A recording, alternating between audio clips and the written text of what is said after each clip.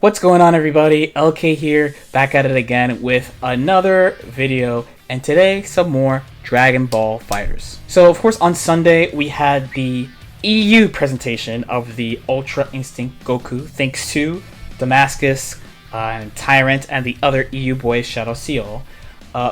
I did a breakdown on those moves, of course, but I didn't have the characters. So this time, we're going to quickly go over his moves. I already went over his moveset in another video, so we'll do a quick review of what he's got. And then I actually want to talk about what this character does to the game, because at a glance, he seems really, really strong, and I think he is. But I think he's in this game for a really, really specific purpose. Again, if you like the content I'm putting out on this channel, I encourage you to like this video or subscribe to the channel. It really does help the channel grow, and I really appreciate it. Thank you so much.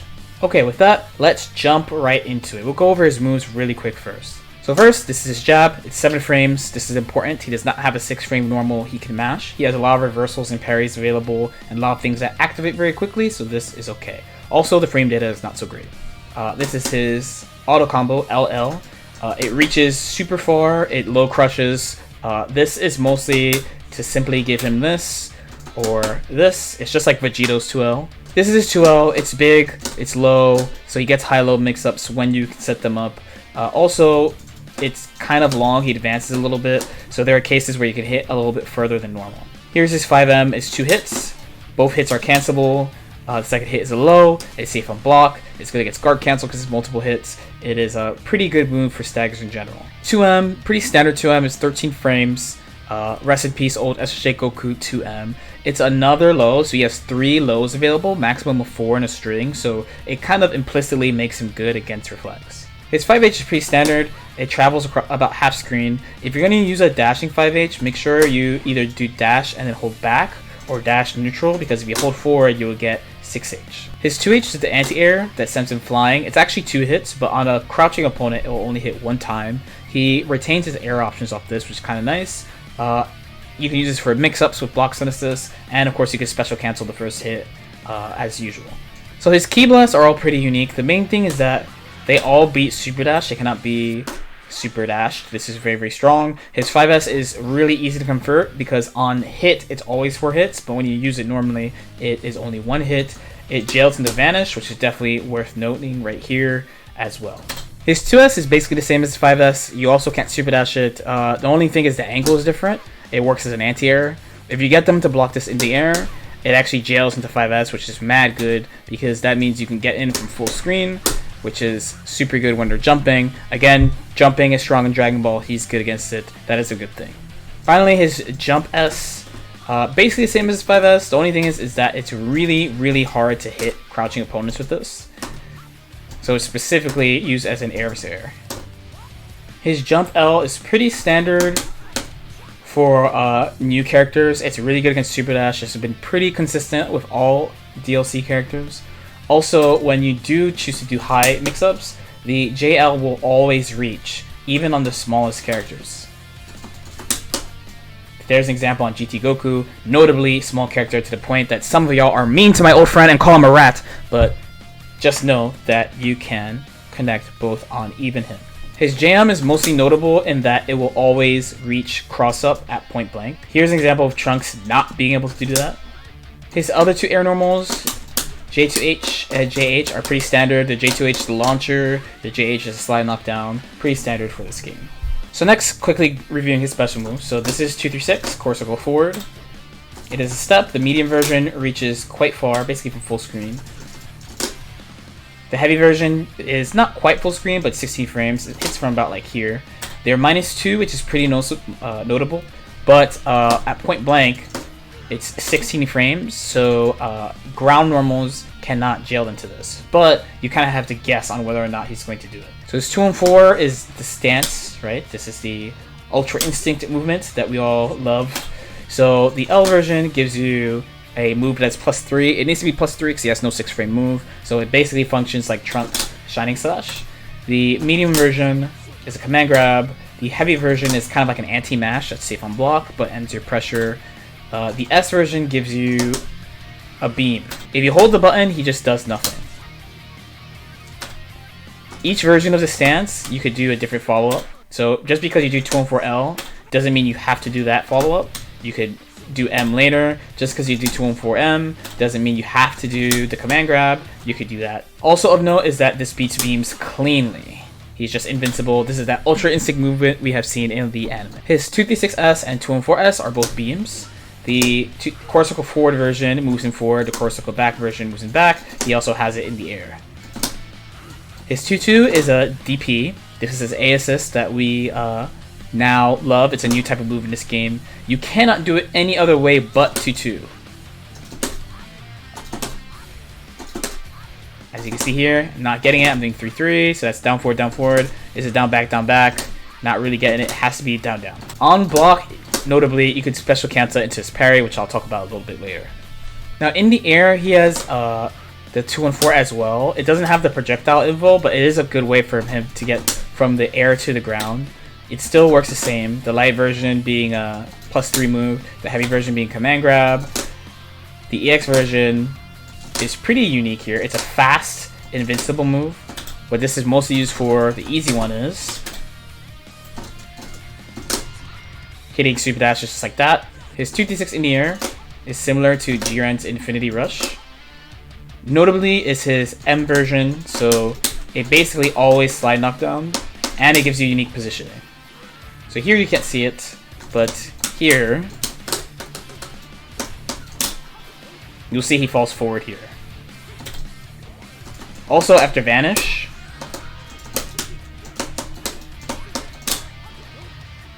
you similarly always get that good positioning. So, super. So, one is he has his level 1, where he could do level 1 by holding the button. So, here's an example.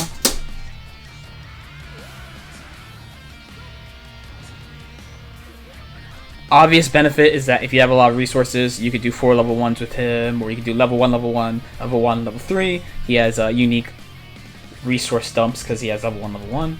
His level 3 is pretty standard as well.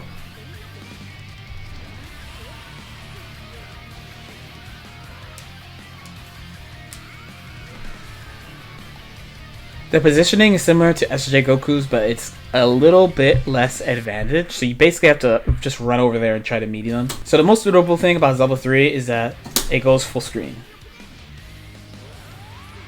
His parry is frame 1. He has access to it in the air and on the ground. You can see that's frame 1 because all the life is blue. Having it in the air on the ground is nice. It catches physical attacks straight up. If you use a Ki Blast, like this, he will go airborne and you won't catch properly. And if you use an assist, then if you're crouching, he will not catch you. Okay, so that was a quick rundown on that. So this character's unique mechanic is definitely about his parries, but it's kind of different from Hit and Jiren. So his parries, usually, so like Hit, he just has a counter that counters stuff, right? And then Jiren, he's got the high counter and the low counter and the parry counter specifically. Now the thing about Ultra Instinct is that his counters are based around projectiles from the start, right? So he has 4 ways he can counter opponents. So one is his walk. His walk just beats Ki Blast. Now notably, you cannot special cancel your Ki Blast when he's walking at you. It counts as a whiff, because you're not touching it. He's just, you know, dodging like it's Ultra Instinct. Now 2, he can stance run through projectiles. Just like this, Ultra Instinct, hop, pop, pop, it just beats projectiles. That's another way he can do it. 3, he has 6H. Now 6H counters everything, actually. But 6H is the important one that I need to talk about a little bit later. And then 4 is his parry super. This is like a DP, but as you can see, he will teleport over to you and counter, just like his 6H. So the base of his counters is that he can see what you're doing and do it if you're full screen, like counter if you're full screen. This is pretty important because in this game right now, and you can see it in the 2 teams I have, both these teams have a similar team build. It's a horizontal beam and an anti-air beam. So of course we've all seen this before. This pretty much won Season 2 World Finals, but also in Season 3 we now have this as well. I think that they added this character specifically to deal with this type of team build where neutral assist, especially like beam assist and stuff like that, they usually cover a lot of the character's weaknesses. They control a lot of space as well. So if you're playing at full screen, it could be kind of hard to deal with these things. There are ways, of course, to deal with it, right? But they take a lot of practice and experience. This character gives you a way to do it with moves. You have to treat this character differently than other characters. If you rely on that type of team build, he's basically going to walk through all your projectiles, dodge your beams, and just get next to you for free and start rushing you down. So 6H is a little bit special. I have a link in the description below to a tweet that explains exactly how it works, but basically it's frame 4 activation, so that's really good, and 9 frame recovery. So then how much advantage you have is pretty straightforward. It's just based on the character's attack that you counter. So this, of course, I use the beam, right? Beams have a lot of recovery, we all know this. Jumping and super dashing beats it. Beams are really high commit, but you can use it against a bunch of different types of projectiles and physical attacks as well. So the main thing that leads me to believe that he's specifically built to beat like full screen neutral teams is actually what I think he loses to in general. I think he has a lot of problems with lariat. So here is an example. I set Bardock to jump and either do nothing or lariat. Spoilers, I will not ever parry this. This is definitely not possible unless you know exactly when they're going to do it. You can hear my inputs too, for sure. I'm always a little bit late, right?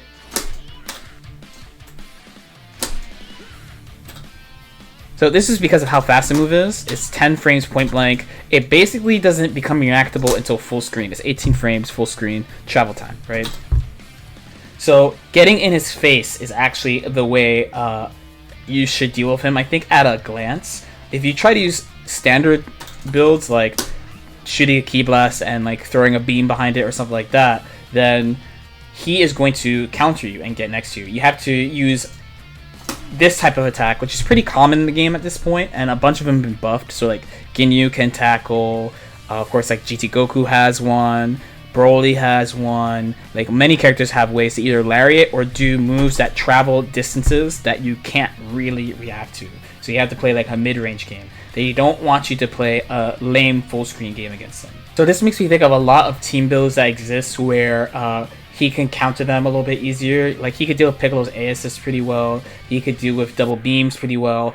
It actually makes me think that more classic builds like DP or Yamcha, right? Like together, Adult Gohan Yamcha, for example, would be a little bit better against him. Even if it's about super dashing, as we all know, the closer you are, the harder it is to react, right? So they really want to encourage you to play the game a different way, and they don't want the game specifically to turn into long-term using beams and full screen assists to exclusively gain control of the match. So where does he go on a team? Personally, I think he's a good point or mid character. I don't really believe in him as an anchor character. He does have the tools for neutral. It's got kind of similar to Trunks. Like you have the tools for neutral, but I think it's kind of hard to open people up without assists right now. He also does like resources, so him being a mid is pretty good. He's really good at meter dumping, right? He has a level 1, for example. As a point character specifically, and this is why I'm thinking about playing him, I think he's a good 4th character option if you're looking for one to counter certain types of things that you might have problems against, especially people who run some type of double beam type of thing or a blast plus beam or something like that. So his most notable assist is his A assist. So this is the one that people are messing around the most with. It is an anti-air assist. It's his DP. So this assist really goes all the way to the top of the screen. Take a look.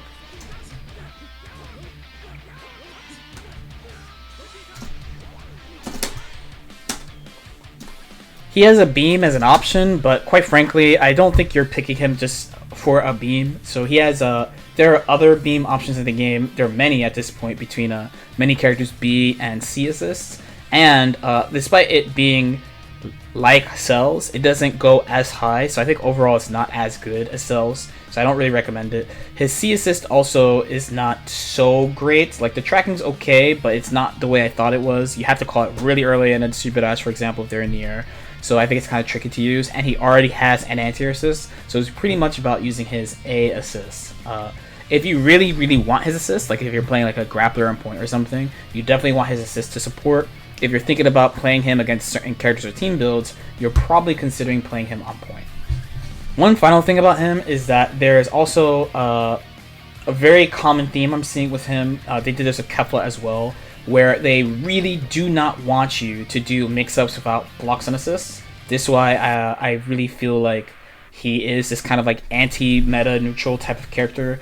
The obvious pick to do mix-ups, like high-low mix-ups, especially since he has a 2L low, is this move. But even in the corner, if you have a beam,